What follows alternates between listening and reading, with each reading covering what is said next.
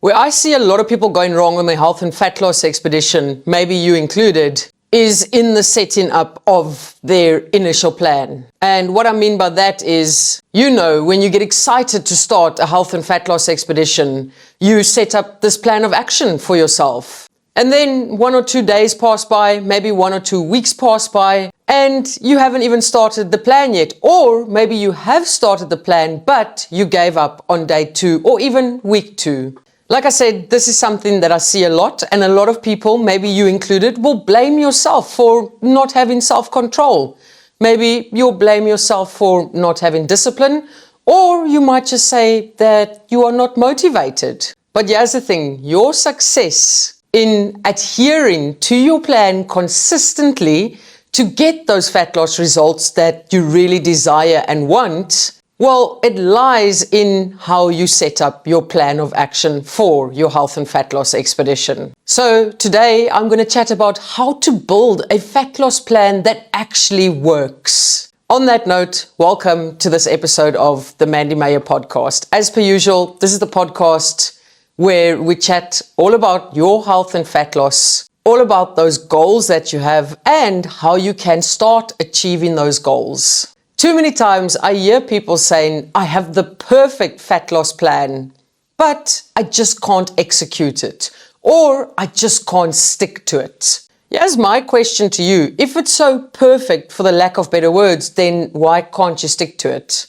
I mean, that's a simple question. Maybe in your mind, it is the perfect plan. Maybe in your mind, it is the optimal plan for when it comes to fat loss. But have you ever even considered as to whether realistically you can adhere to the plan that you have set up for yourself? Maybe your fat loss expectations are so skewed that you think you need to lose 10 kilograms overnight, or maybe you even set that as a goal for yourself, which, by the way, is very unrealistic. Now, all of a sudden, you set up this plan of action that is going to help you lose 10 kilograms overnight. But in the greater scheme of things, it's not sustainable. Why? Because it's a super rigid plan that won't see even Chuck Norris adhering to it. I mean, maybe Chuck Norris because he's legend, but no, not even Chuck Norris. I'm being dramatic here to get the point across to you. Listen, before we proceed, I have a health and fat loss digital course that will teach you how to set up a plan of action that is optimal for you and your consistency and your results. Just click on the link in the description. Because once you start learning these things, you can actually start implementing these things instead of just looking at that rigid plan of action of yours and never executing it. Here's the thing. To build a fat loss plan that works, you have to keep it simple and you have to make it sustainable. Don't think short term, think long term when you are setting up your plan of action. You've done several quick fixes already. I know that. I don't need to be Einstein to figure that out. You would not be listening to this podcast if health and fat loss wasn't a goal of yours. Get that idea of a quick fix out of your mind when you are setting up your plan of action, aka stop making such a rigid plan for yourself. Oh, what? I'm going to have half a chicken breast over 2 days and then, no, just don't. I'm going to give you a couple of points that are going to help you set up a plan of action that really works. A plan of action that you can actually get started with and that you can stick to consistently over a long period of time. And keep in mind, this is just the tip of the iceberg. If you want the whole iceberg, you can join my coaching community, which the link is in the description as well. Number 1, set realistic goals. Realistic goals and realistic expectations when it comes to your health and fat loss expedition. There is no point being unrealistic about it and setting your plan of action up based on unrealistic goals and unrealistic expectations. Because that plan of action of yours is going to be so rigid with no wiggle room. Every single time you look at it, it's going to seem as though you need to climb a massive motherfucker of a mountain just to achieve any goals. Immediately, you're going to be despondent. Immediately, you're going to be put off. And guess what? That's going to stop you from taking the first step.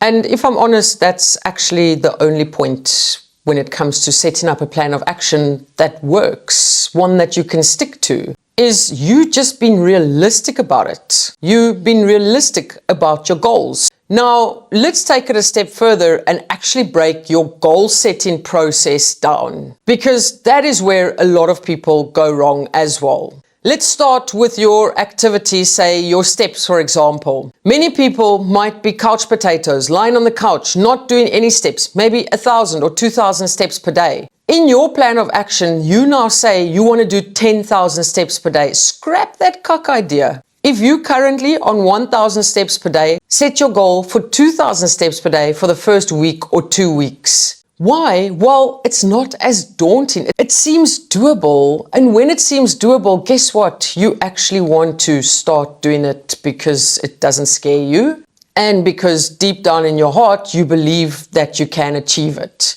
Whereas if you've got something that you think you can't achieve, how do you think you're going to take the first step if you're already doubting yourself? Now, the same goes for your gym workouts. If you're not going to the gym currently, or you haven't been to the gym for ages, why are you setting a goal for yourself for 3, 4, or 5 gym workouts per week? Start small. Aim for 1 workout per week. Create consistency with that. And then build on that when you can. When it comes to your food choices, your vegetables, for example, you haven't eaten a vegetable for 4 years. And now, all of a sudden, all you want to do is eat vegetables, even though you hate them. Don't do that. I mean, eat your vegetables, but start small. Set the goal as 1 meal per day with green vegetables. And then as you move forward, change it to 2 meals per day with vegetables. And just create consistency within that. Now, let's look at your calories, for example. If you know that you are overeating,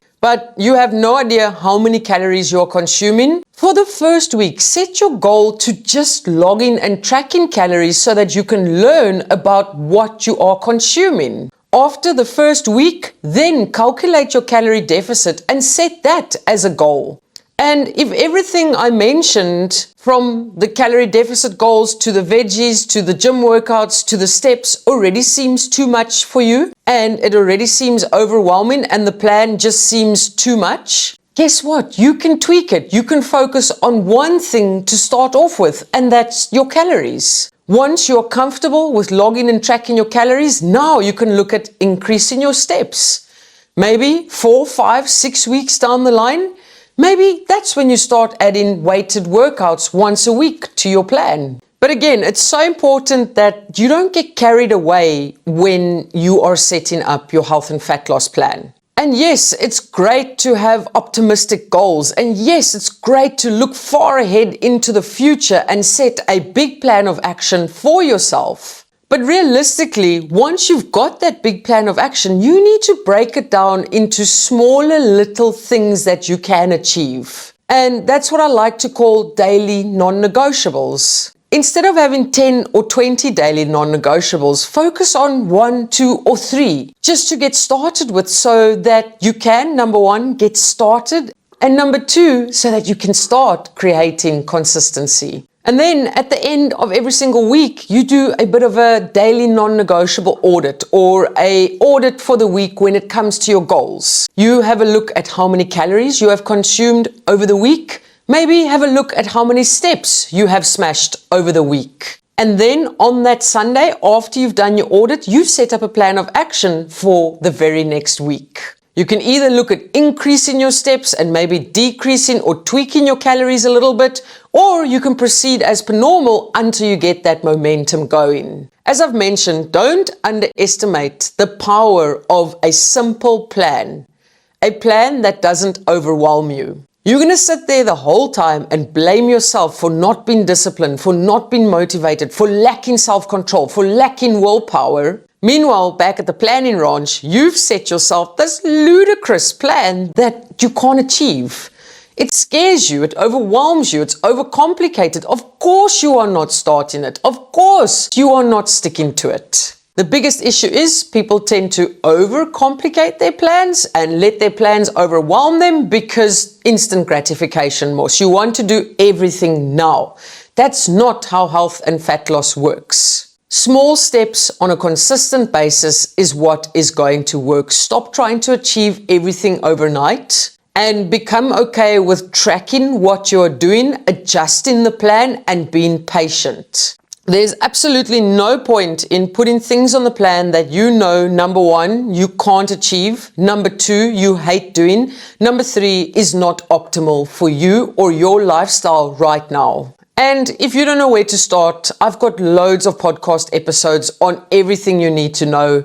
I've got loads of YouTube videos on everything you need to know. And like I said, there is a paid community that you can join, or there are paid courses that you can purchase. All the links are in my description. At the end of the day, you're either going to sit there and look at this overcomplicated plan of yours that you know is going to be very difficult to start and actually to create consistency with, or you're going to break it down into smaller, manageable sections for yourself. You are going to set your expectations accordingly. You are going to be realistic about it, and you are going to be patient as you work towards getting progress. On that note, I'm going to love and leave you like I usually do. Keep smiling, keep laughing, and keep being kind to one another. Much love, your friend who knows just how important a good plan is. Mandy.